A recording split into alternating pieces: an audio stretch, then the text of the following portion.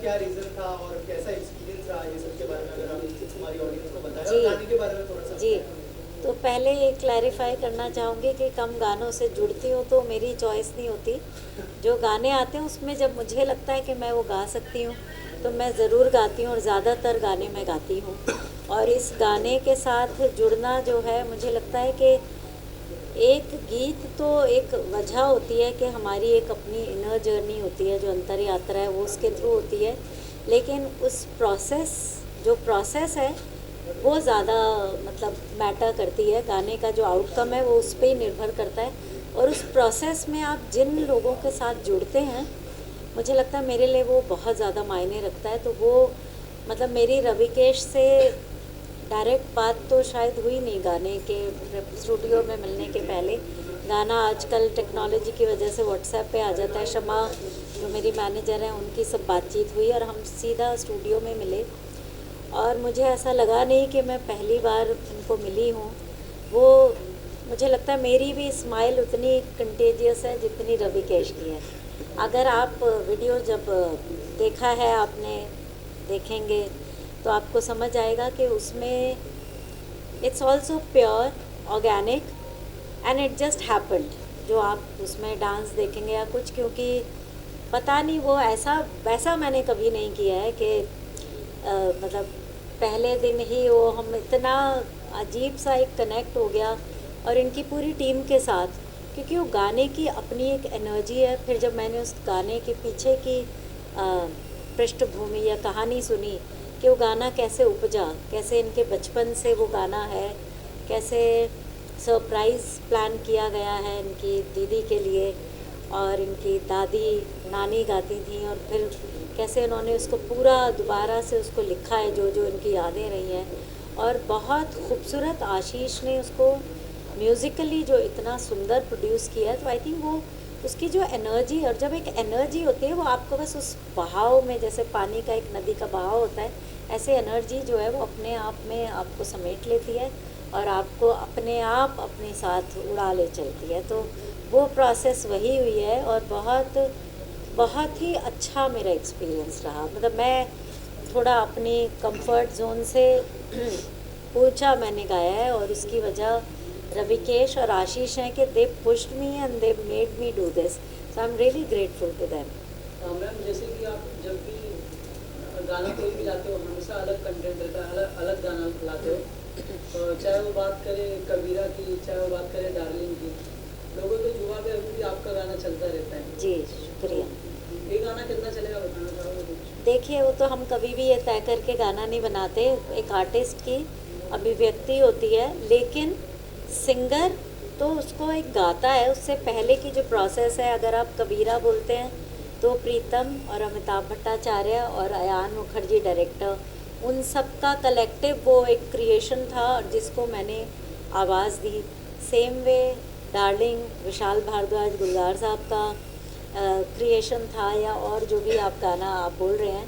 तो इसमें मैंने जैसा कि कहा कि रविकेश, इनके ब्रदर का नाम मैं भूल गई, रविशेख। तो इन दोनों ने लिखा और फिर इन्होंने उस धुन को धुनबद्ध किया। आशीष ने इतना सुंदर उसको प्रोड्यूस किया म्यूज़िकली। तो मैंने तो सिर्फ गाया है इनके साथ। तो हमारी एनर्जी बहुत अच्छी हुई है और हम इंशाल्लाह बहुत काम साथ में करेंगे। लेकिन ये गाना, हमारी जो कोशिश है कि ये बिलियंस है ना हमारी पॉपुलेशन, या उससे भी ज़्यादा है। तो हमारी चाह बिल्कुल नहीं है कि हमारी खरबों तक पहुँचे गाना। लेकिन मुझे लगता है कि अगर हमारे सुनने वाले 100, 1000, लाखों और या कुछ करोड़ों में हैं, उन तक पहुंच जाए, बस गाना पहुंचना चाहिए। फिर उसका अप्रिसिएशन हर गाने को, हर फिल्म को, हर गीत को, हर नगमे को अपनी ऑडियंस मिलती है। हर तरह का म्यूज़िक सुनने वाले, मुझे सारी दुनिया तो नहीं सुनती, लेकिन जो सुनती है वो ऐसा सर आँखों पे रखती है। आपका प्यार है, जैसे आपने कहा, उन्होंने कहा, आप सबका प्यार है जो हम अब तक, मतलब मैं अपने लिए कह सकती हूँ, मैं बहुत मतलब दिल से यंग हो सकती हूँ, उम्र में तो मैं बढ़ ही रही हूँ। तो उस वक्त भी अगर कोई मुझे इस लायक समझे कि मैं ये गाना गा सकती हूँ, और इसका टाइटल कितना खूबसूरत है। पहले मुझे लगा स्वामी जी गाने का टाइटल है, तो कुछ ये गाना शायद स्वामी जी मतलब कोई स्पिरिचुअल मास्टर के लिए, but when he told me, अब जो कि हमारी संस्कृति में एक्चुअली है कि आपका जो हस्बैंड है आप उसको स्वामी मानते हैं। कितनी खूबसूरत फिल्म भी थी स्वामी टाइटल से। तो मुझे लगता है कि बहुत ही ज़बरदस्त, इतना एनर्जेटिक सॉन्ग है। ये एनर्जी जिसको छुएगी बस वो उस एनर्जी में ज़रूर नहाएगा और उसमें ज़रूर वो क्या कहेंगे कि लिपट के बहुत इन्जॉय करेगा, बिकॉज इट्स अ बहुत सेलिब्रेशन वाला गाना है ये। और जो मैं हमेशा कहती हूँ बात फिर भी कहूँगी कि फोक सॉन्ग सेलिब्रेशन का भी होता है, तो उसमें एक कहीं मेलनकलिक एक इमोशन होता है, एक थोड़ा सा पथौस होता है, एक जो मोनोटनी होती है हमारे जो रूरल लाइफ की मोनोटनी है। हम लोग अब तो फिर भी फ़ोन पे आप सारे OTT इतने प्लेटफॉर्म है, यूट्यूब देख लेते हैं, उसके बावजूद जो लोग उसी ज़िंदगी में रहती हैं, औरतें आदमी उसी सिंपल ज़िंदगी का अभी भी उनका वैसा ही दिनचर्या है, वो मोनोटनी में जब म्यूज़िक उपजता है या गाना उपजता है उसमें एक हल्की सी कहीं लॉन्गिंग होती है, जो हमारा जो सोर्स है, हमारा जो बनाने वाला है ऊपर वाला, उस तक पहुंचने की है। तो वो भी इसमें है, क्योंकि अभी ये गाना जो है वो स्वामी जी से मिलने और उसके इंतज़ार की बात भी है उसमें। तो बहुत खूबसूरत है। आप क्या कहना चाहोगे सोनू जी के बारे में? देखिए सारी बातें तो रेखा जी ने कह दी। मैंने यहाँ कुछ नहीं। बहुत हाँ। कुछ तो है अभी हाँ। ऐसा। मतलब आप जानना क्या चाहते हैं वो आप बताओ। अपनी जर्नी के बारे में बताइए, कैसा एक्सपीरियंस रहा मैम के साथ काम करने का, और ये गाने की जर्नी कितनी इम्पोर्टेंट थी आपके लिए स्पेशली मैम के साथ? देखिए लकी हूँ मैं, मतलब कौन नहीं गाना चाहता है इनके साथ, कौन नहीं काम करना चाहता है इनके साथ। ब्लेस्ड फील करता हूँ। और जर्नी की बात वही है जो मैम ने कहा कि हमने गाना जब बनाया तो हमने सुनाया, पहले उन्होंने गाना सुना, इनको गाना अच्छा लगा, फिर हम मिले स्टूडियो में, हमने रिकॉर्ड किया। और सबसे बड़ी बात है कि जिनको आप सुनते हो, जिनको आप पसंद करते हो, उनके साथ अगर काम करने का तो फैन बॉय मोमेंट था मेरे लिए। तो ये मतलब इनको सुना है और उनके साथ खड़े हैं। मैं उस दिन गा भी नहीं पाया था, तो अगले दिन रिकॉर्ड किया था मैंने। तो ये वैसी वाली बात है। तो मेरा नेक्स्ट क्वेश्चन ये था, वर यू नर्वस, एक्साइटेड? क्या बहुत ज़्यादा, अभी भी हूँ। पर ऐसा दिखाई नहीं दिया ना लगता। और मुझे लगता है कि वो एक आपकी प्यार है अंदर से, और आप जो हमें इज़्ज़त देते हैं, गाने से प्यार करते हैं, इसलिए वो इज़्ज़त में ये वाली बात है, क्योंकि वो संस्कार है। नहीं तो मतलब क्रिएटिविटी में तो कोई वो नहीं है, there are no barriers. Specially जब आप म्यूज़िक का बात करते हैं, म्यूज़िक करते हैं, कुछ साथ में काम करते हैं, तो आई एम श्योर अगले गाने में नहीं होंगे। तो मुझे कोई ऐसी नर्वसनेस नहीं दिखी। हमने वीडियो में आप देखेंगे कि हमारी एक कलेक्टिव जो एनर्जी है ना, वो आपको ज़रूर फील होगी। वो मुझे बस कोई डिज़ाइंड वीडियो नहीं है, और उसमें बस जो दिल से जो फील हुआ, हमने वो गाने को एंजॉय किया बस। रविकेश जी, आपसे जानना चाहूँगा, इतनी सारी चीज़ें करना, कंपोज किया आपने, लिखा है गाना और फीचर भी कर रहे हैं, कौन सा पार्ट सबसे ज़्यादा डिफिकल्ट? गाया भी है। हाँ, गाया भी है आपने। ये इतनी सारी चीज़ें करना कितना ईजी या डिफिकल्ट था, कितना चैलेंजिंग था आपके लिए, अगर उस बारे में कुछ शेयर करना चाहें? ये गाना लिखा है रविशेख ने, ये लिखा मैंने नहीं है, ठीक है।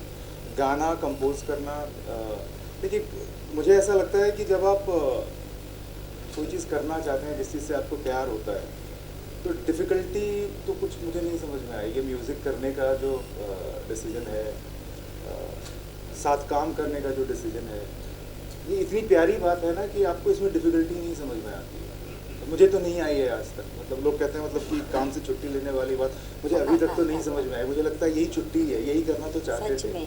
ठीक है। तो मुझे तो ऐसा अभी तक तो नहीं लगा है, आगे का पता है। आई थिंक वही प्रोसेस की जी। बात है। एक वो फैज़ साहब की गज़ल का एक छोटा सा एक दो मिसरे कोट करूँगी कि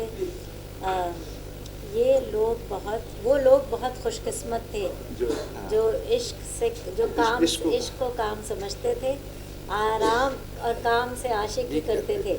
आखिर में कहीं वो है कि थोड़ा इश्क किया और थोड़ा काम किया। तो ये वो वाली बात है कि जो प्रोसेस है ना, क्योंकि I feel we are blessed कि हम इससे रोज़ी रोटी भी कमा पा रहे हैं और हम अपने पैशन को फॉलो कर पा रहे हैं। ये बहुत मुश्किल काम है।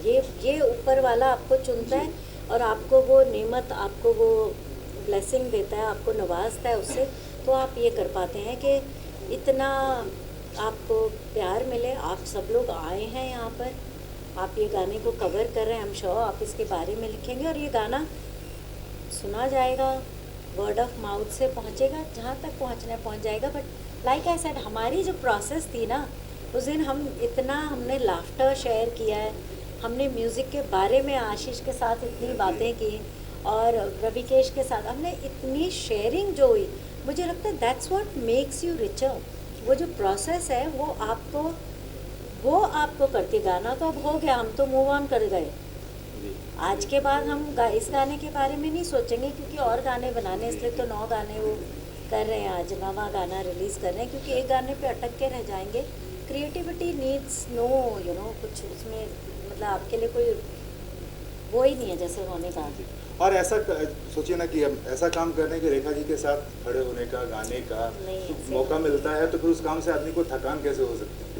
मतलब मैं तो इंतज़ार कर रही हूँ कि अब ये हो गया तो मुझे विशाल को सुनाना है। सो सिंस आप दोनों यहाँ पर हैं, अगर 2 लाइनें मुझे गाने की रिक्वेस्ट करना चाहूँगा कि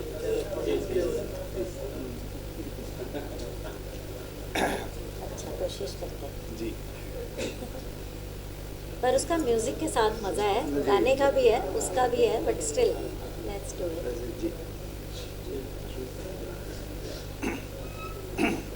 उड़ी उड़ी जाओ, ये चाह तो नहीं लिया। नहीं, ठीक है। चिड़िया विदेश की, मैं थोड़े लफ्ज़ गलत गाऊंगी। उड़ी उड़ी जाओ, हाँ भाई, उड़ी आवे चिड़िया। उड़ी उड़ी आवे चिड़िया सब देश की। चिड़िया आप अपने सुख से ले सकते हैं। अपनोने आवे स्वामी जी, अपनोने आवे स्वामी जी, चिट्ठियों ने भेजे। अपनोने आवे स्वामी जी, चिट्ठियों ने भेजे। भेजी दिल खिन छुटका भाई, भेजी दिल खिन छुटका भाई, कैसे कहिए जी के हाँ।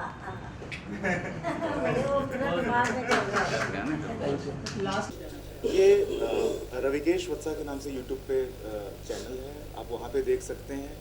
और बाकी जितने भी ऑडियो प्लेटफॉर्म्स हैं लीडिंग, उन सब पे गाना है, तो वहाँ भी सुन सकते हैं आप। स्पॉटिफाई, एप्पल, आईट्यून, फलाना गाना, ये वो हर जगह है। और यूट्यूब पे आप टाइप करेंगे रविकेश वत्सा या स्वामी जी टाइप है, रेखा मैम का नाम टाइप करें, ये गाना आएगा। मेरे भी यूट्यूब चैनल पे इवेंचुअली आ जाएगा, जी। रिलीज होके, और स्पॉटिफाई वगैरह पे आ तो गया। है ही, है ही, हाँ, है। आजकल तो नाम टाइप करने से गाना आ जाएगा। Thank you so much. Thank you.